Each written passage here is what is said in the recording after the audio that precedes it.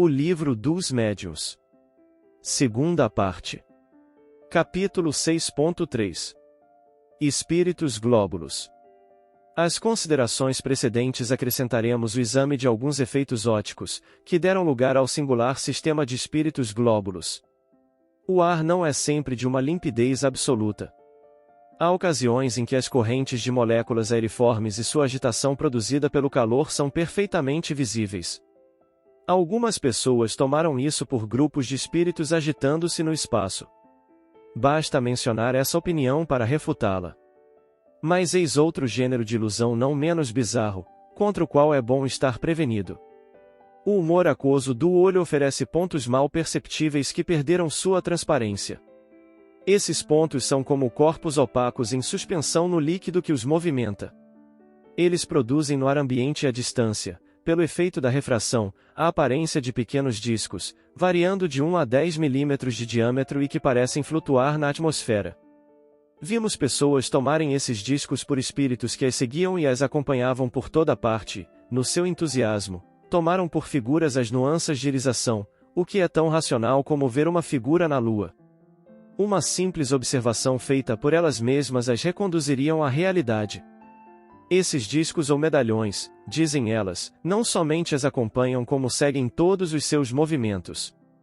Vão à direita, à esquerda, para o alto, para baixo, ou para um segundo movimento da cabeça.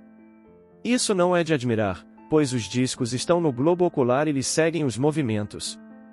Se fossem espíritos, é necessário convir que estariam limitados a um papel demasiado mecânico para seres inteligentes e livres, papel bem fastidioso, mesmo para espíritos inferiores, e, com mais forte razão, incompatível com a ideia que fazemos dos espíritos superiores.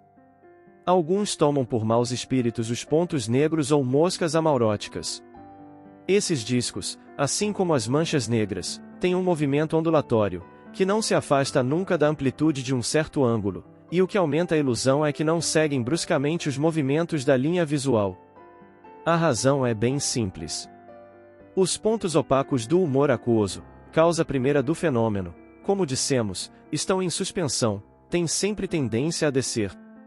Eles sobem com o movimento dos olhos de baixo para o alto, mas, chegando a certa altura, se fixa o olho, vêem-se os discos descerem e depois pararem. Sua mobilidade é extrema, porque é suficiente um movimento imperceptível do olho para os fazer mudar de direção e os fazer percorrer rapidamente toda a amplitude do arco no espaço em que se produz a imagem. Enquanto não se possa provar que uma imagem possui um movimento próprio, espontâneo e inteligente, não se pode ver aí senão um simples fenômeno óptico ou fisiológico. O mesmo ocorre com as fagulhas, algumas vezes mais ou menos compactas, parecendo feixes, produzidas pela contração do músculo ocular, e que são causadas provavelmente pela eletricidade fosforescente da íris, pois são circunscritas na circunferência do disco desse órgão. Ilusões semelhantes só podem ser o resultado de observações incompletas. Aquele que tiver estudado seriamente a natureza dos espíritos, por todos os meios que permitem a ciência prática, compreenderá tudo que elas têm de pueril. Tanto combatemos as teorias arriscadas dos que atacam as manifestações, como as que são baseadas na ignorância dos fatos.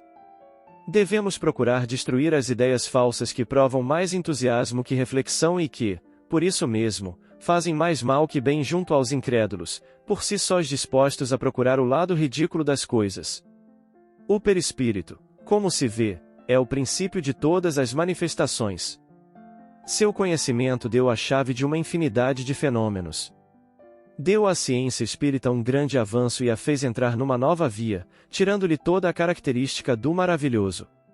Nele encontramos, pelos próprios espíritos, porque foram eles que nos colocaram no caminho certo, a explicação da ação do espírito sobre a matéria, do movimento dos corpos inertes, dos ruídos e das aparições.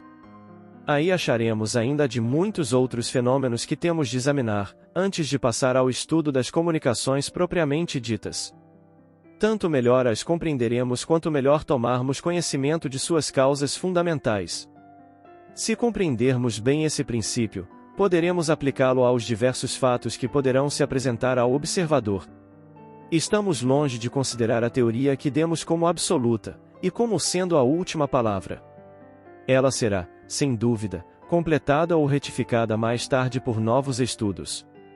Mas incompleta ou imperfeita como é hoje, pode sempre ajudar a se entender a possibilidade dos fatos por causas que nada têm de sobrenatural. Se é uma hipótese, não se lhe pode recusar o mérito da racionalidade e da probabilidade, e que vale tanto quanto todas as explicações que dão os negadores para provar que tudo é só ilusão, fantasmagoria e subterfúgio nos fenômenos espíritas.